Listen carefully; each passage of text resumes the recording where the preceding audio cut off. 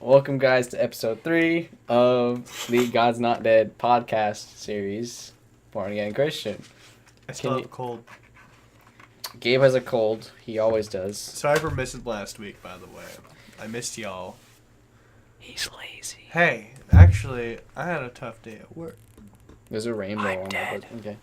All right. Anyways, so back to the book here. So today we This will is be a longer chapter. Like my soul. Not really, But 100. maybe like a paragraph or two, but that's it. So we are on chapter 3 today of this series, and it will be on a theology of pornographic lust. Drew and I, when we talked last episode, was pretty straight to the point, and Drew can probably agree with that. It was pretty quick. down there. So if you are new to the series now, you should, if you want, go ahead and start completely from the introduction to now, because that kind of sets the tone of what this whole series is about. But if you are joining from a new session, or you just want to kind of review and check back that second episode we were talking about, you can do that. You can do whatever you want. So we're glad to have you here. And what's that? I didn't say anything. And we will jump right into it on chapter 3. So, A Theology of Pornographic Lust. As a new Christian in college, I remember having a conversation with another young Christian who frequently viewed pornography and told me that it was okay to have examined the Bible thoroughly and never saw the word pornography. But he conveniently missed the mountain of verses that speak about lust. This is typically among men who, as Paul says, want to suppress the truth so they keep on sinning sexually. The purpose of pornography is clearly lust, and lust for anyone but your wife is condemned by God as grievous evil repeatedly throughout both the Old and New Testament. Examples are given in Proverbs 6:25, Job 31:1, Matthew 5:28, Colossians 3:5, and Thessalonians 4:5. I'm not going to read the last one. What about Peter? Peter can suck it. all right then. How about we just continue on? The act of lusting after the unclothed body of a woman is not a sin. The issue is which the unclothed body you are lusting after.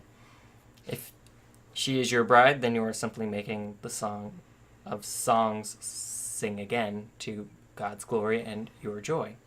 If it's not your bride, then you are simply sinning.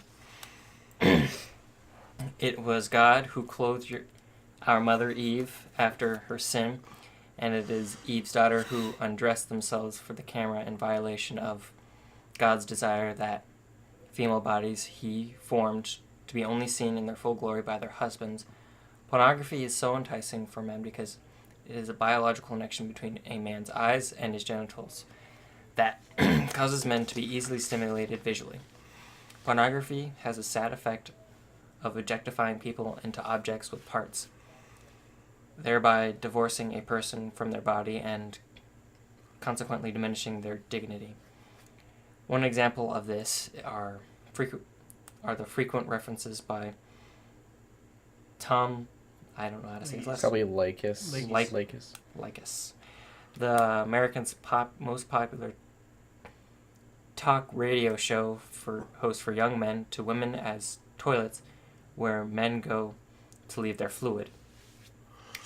Redefining pornography is terribly difficult, as evidenced by the inability of our nation's Supreme Court to clearly articulate exactly what it is. For the purposes of our study, we do not necessarily include pornography as such things as nude works of art or romantic scene in a movie, but acknowledge that a major league pervert can be turned on by anything, as evidenced by the weirdo who got off on the mating scenes of a nature channel.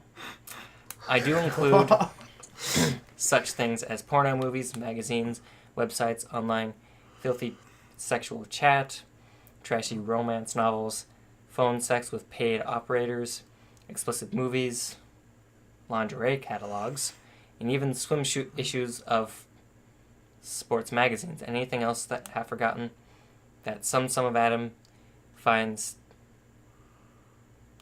I don't even know, titillating, and that increasing base man's and women's magazines that show more skin than pornographic magazines did a few generations ago. All right, Drew. I know. Calm your horses. All right, let's have somebody else read. Are you gonna go next? Go get. Let me read 4 paragraphs because that's what I have to do now. You don't have to. You don't have to read 4 paragraphs. You can read whatever you want. You just hand it up to me for the last. All right, 1 sentence. I'm just kidding. How about you do like at least 2? I'm gonna do how many I ever feel like, which is like 5. You know you can. I am trying. Hey. Go ahead and read. The inclusion of these mainstream magazines may seem extreme in light of our crass culture.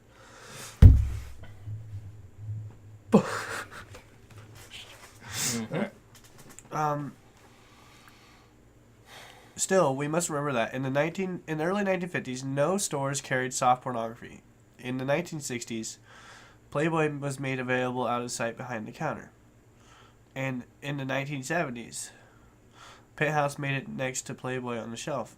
And today's decline has soft and hard pornography available on the magazine rack for pursuing by children and adults who pick it up. In our increasingly brazen and desensitized... Oh my god. Desensitized. Oh my god, I'm dying. No, you're not. Brazen and desensitized culture, we have to be careful to not define pornography in terms of only harder forms while neglecting the softer forms. As an example, on an international flight I once took, movies with full nudity and sex scenes played on the headrest televisions around me while bored young children looked on. My point? Our culture is becoming increasingly sexualized, and it has taken 40 years to go from one dirty magazine under the counter. Sorry. Under the counter. How about you stop? Read. Sorry. Our culture is becoming increasingly sexualized, and it has taken 40 years to go from one dirty magazine under the counter at the local convenience store to today, where it is expected that junior high boys have at least one nude shot of their junior high girlfriend on their cell phone. Yeah.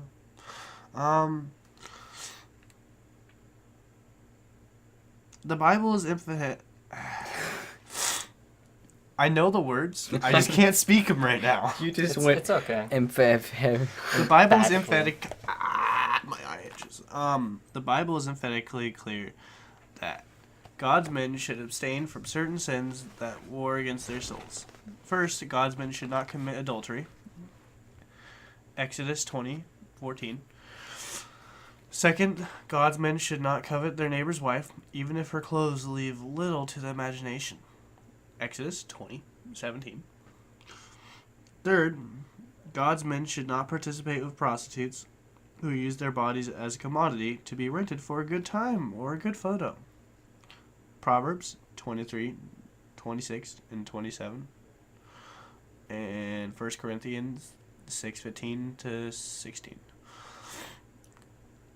Fourth, God's men should not be polygamous because their father Adam and head Jesus each had one bride, Eve, in the church. Oh. Fifth, God's men should not be fornicators who slide their hands, which God made to life up in prayer. 1 Timothy 2:8. I was just really confused by the sentence. Let me reread the sentence. Fifth, God's men should not be fornicators who slide their hands, which God made to life up in prayer. 1 Timothy 2:8. Up the shirt of their girlfriend, even if she asks. 1 Corinthians 6:9-13.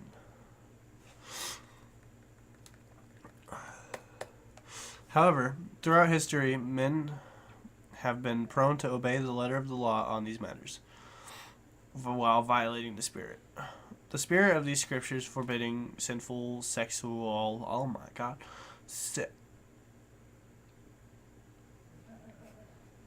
Are you okay? Can you, read? Sinful sexual practices include the sins of the mind where men amass a harem rivaling Solomon's, but only in their imaginations.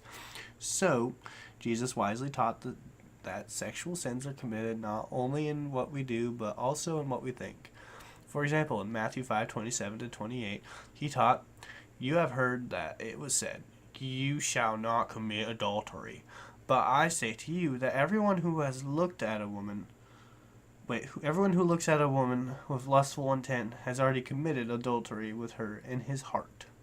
Also in Mark 7:21-23, Jesus said, "For from within, out of the heart of man, come evil thoughts, sexual immorality, theft, murder, adultery, coveting, wickedness, deceit, sensuality, envy, slander, pride, foolishness. All these evil things come from within. They defile a person." Why do you have to talk in a... Batman voice. That was Jesus' voice. That was not Jesus. That was not... That was Jesus' voice. Okay, well, with that aside, let's Continue. let's finish this up here.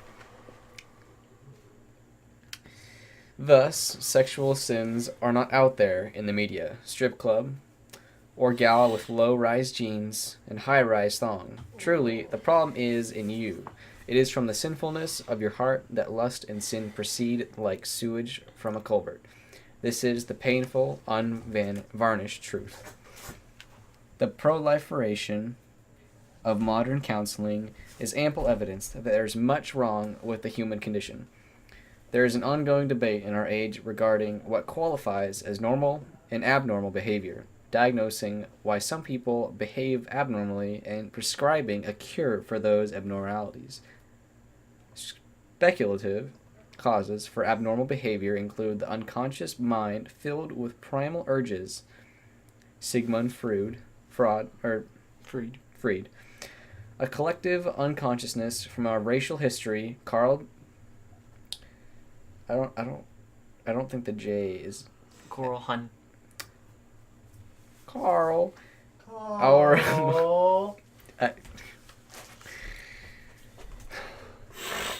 This episode is Full of memes. God loves memes, okay? We're not dissing this book. No. A collective unconsciousness from our racial history, our environmental, emotional, and physical conditioning, and lack of self-awareness of our inner goodness. Carl Rogers. All of this, however, is simply a more formalized attempt to, like our father Adam, blame someone or something else for our sin rather than owning it and repenting by having a change of mind that leads to a change of behavior.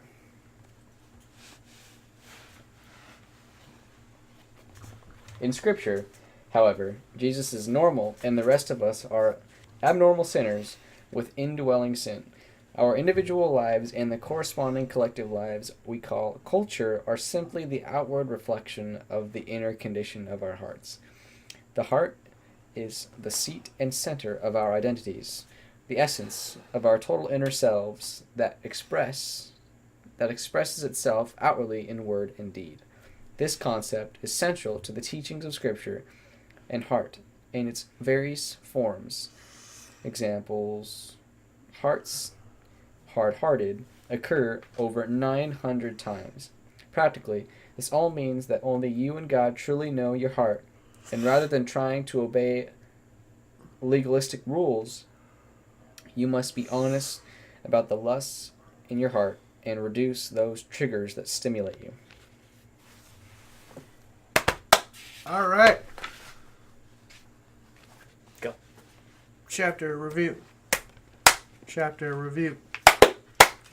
Okay, we are not starting this as a trend at all. Just kidding. Oh, okay. So, dang it. Out of that chapter 3. What exactly?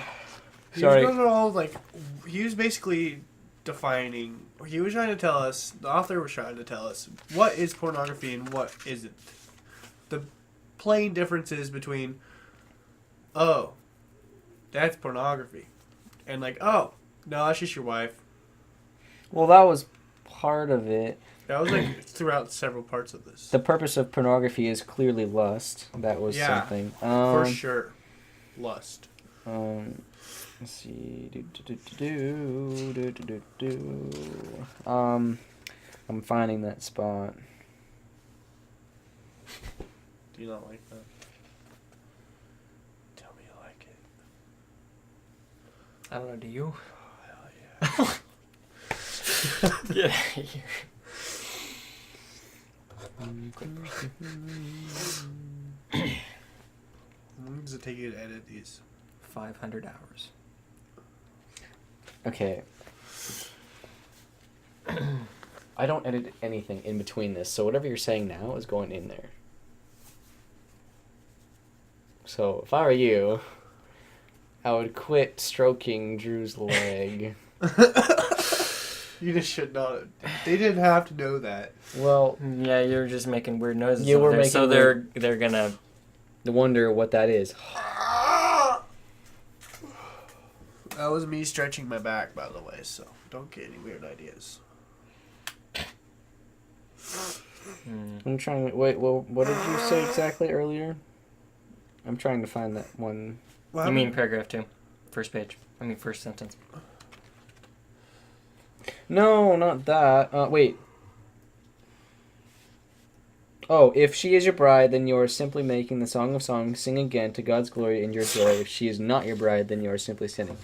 So if she's your bride, yeah, have some fun. It's legit. And you are enjoying some good time with your bride, and you are enjoying it without doubt and just praising God, like, you know, thanks for all this, man. If she's not your bride, you're dumb. Mm-hmm. Call me. Go. Well, no, I thought you were going to say something. Oh, yeah, well, I want to jump in on a different paragraph. Go right ahead. Go ahead, jump in. I want to just put my mind to it before I forget, Go, Mhm. yeah. Go for it. because it's probably going to be gone in a little bit. Well, then, let's But, fire away. Paragraph 2 of page 12. 12. Or how about Okay. 1, 2, 3, 4, fifth paragraph? Just fit The inclusion? Yeah. Fifth paragraph. This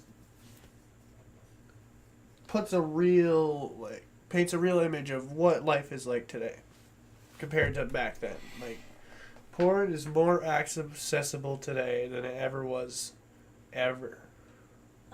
Well, and it's more popular Yeah, because of how easy it is. it is to get nowadays. Yeah, that kind of goes back to, I think, was it Yeah, when the they first talked or about second that, chapter? that jumped out to me real good. It jumped out at you real good. Yeah. Especially that last sentence. Which one? The last sentence of the paragraph you were just talking about.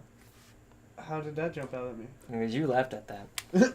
No, Yes, you did. I would never. You did, though. But yeah, no, and it gets to people a lot younger, at a lot younger age now than when it used, because when it used to be, it's kind of saying that, you know, it wasn't as easy, so, you know, if someone did get into it, it wasn't a teenage year. I mean, it could have been, but the majority of people getting into it was normally, you know, more of an adult age rather than in teen years. But now, you know, we're just all bad boys. now you can, you know, it's the turnover of finding out what it is. It could be. Is a lot of a younger age now than You it can what it used find to out be. at the grocery store. I don't have to go to a grocery store. I can just go on my computer. Or What you I'm could saying just is that's walk, how people could find out. Or you could just walk into your school and they'll tell you about it. Yeah. I mean, everybody school talks about it. It's not like it's a big deal. Everybody's. Wow, this is going to be a long episode. Well, you should No, see. actually, our last episode, when you weren't here, was about... That was a short chapter. 25. It was about 25 minutes, dude. Wow. The episode was.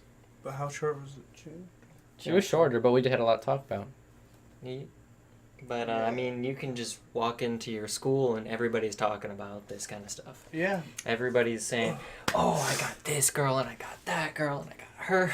I just had sex. Well, like, everybody's, it's no. like a competition to get rid It's of your just like- virginity. Instead of jokes like, three guys walked into a bar, it's 25. all about, it has to... almost any joke or reference made at school now, or, I'm saying school Just because everything that is said at school is It's mostly sexual.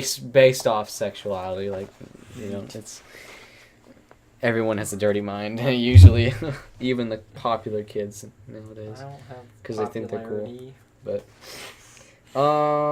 let's see, if there's anything... Defining pornography is terribly difficult, as evidenced by the inability of our nation's Supreme Court to clearly articulate exactly what it is.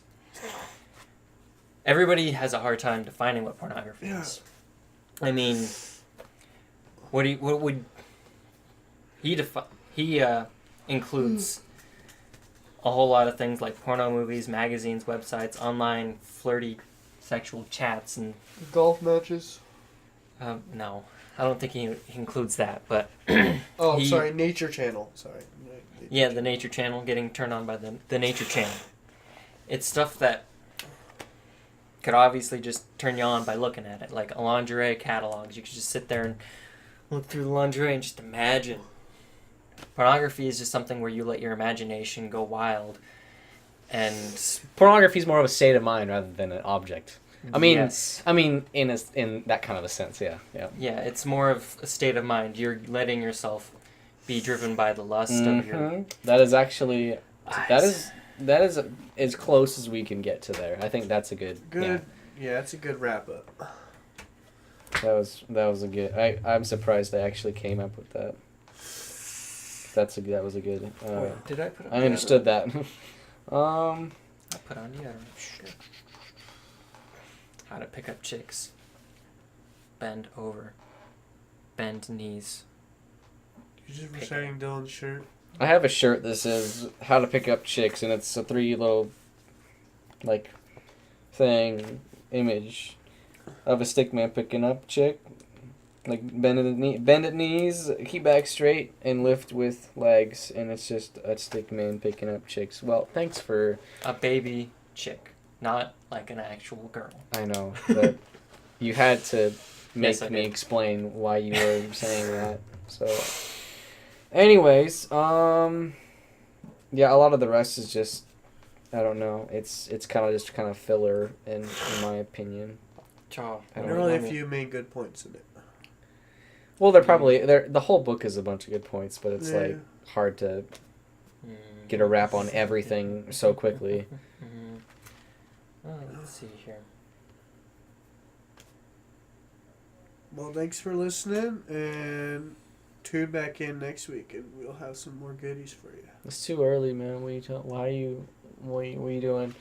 No hang loosing around here, bro. We're still looking. We got like 2 paragraphs left. So you need to make sure Fifth, we're God's we're men making should not sure be that we fornicators who slide their hands, which God made to lift up in life up in prayer, up the shirt of a girlfriend, even if she asks. Not even girls are left unaffected by this kind of stuff too. I mean, girls kind of want you to do some kind of those things that you maybe have never done before, like trying something new in the bedroom or actually going into the bedroom with her. And I mean, it's not just guys that go through that kind of stuff. It's actually girls kind of pressuring us to do some certain stuff like that too. It's Before I lose it, okay. Go. I was skimming through, and how we were saying that pornography is more of a state of mind. Well, I mean, it's not only a state of mind, I was reading through this, and it says, so Jesus wisely taught that sexual sins are committed not only in what we do, but also in what we think. So yes, pornography is a state of mind, but it also includes, actually there's more than just thinking about it. There's more that you can actually like doing it. Mm-hmm. But don't be that example. Don't listen. Be an optimist. Well, with that down, I think defining pornography as a state of mind, I think that is kind of what this chapter, in a really short summary, boils down to. So, with that being said, I believe that 26 minutes is plenty of time to ponder. Fist bump. You just hit my mic. Okay. So that will be the end of today's chapter. And so I just want to say them really quick. So there's like a comment section for like my Podbean page, but I didn't realize that, and I can only see it on the app that I have, and it doesn't give me any notifications. I've been seeing a few comments, but I just wanted to say that if you are commenting or you did, I apologize because I had no idea. I mean, I thought I knew there was a comment section, but I didn't know that anybody commented anything because I didn't get... And I literally went into my settings and made sure that I got notifications for that, but I didn't, so I don't know why. But since I actually know where it is now, I can go in there and I'll check it every week before the next episode, so we can kind of like follow up with your guys' comments before we actually get into each chapter. If they're good questions or something about that, we could probably read them off too. Exactly. Answer your questions. Yeah, if you have questions, or just say something, we read it out and say, hey, they have a good point. Yeah. Well, you either ask questions in the comments, or you can also ask a question like on my email if you either want to ask a question personally, or if you just want to drop a question down that we can answer on the actual episode of the following week. So, when did you get this? I just got a new printer, but... No, not the printer. I'm talking about this stand here, man. No, a few days ago. But okay. Anyways, so, next episode, we'll be focusing on Chapter 4, A Practical Theology of Pornography. I am picking up your logic, Gabe. But no, a practical theology. So... This chapter was A Theology of Porno... Oh my god. I cannot. A Theology of Pornographic. We'll see you guys next week. That's what he's trying to say. Yes. Yeah. And so, stay tuned. And like I said, drop questions on email or comments. And we'll get back to that.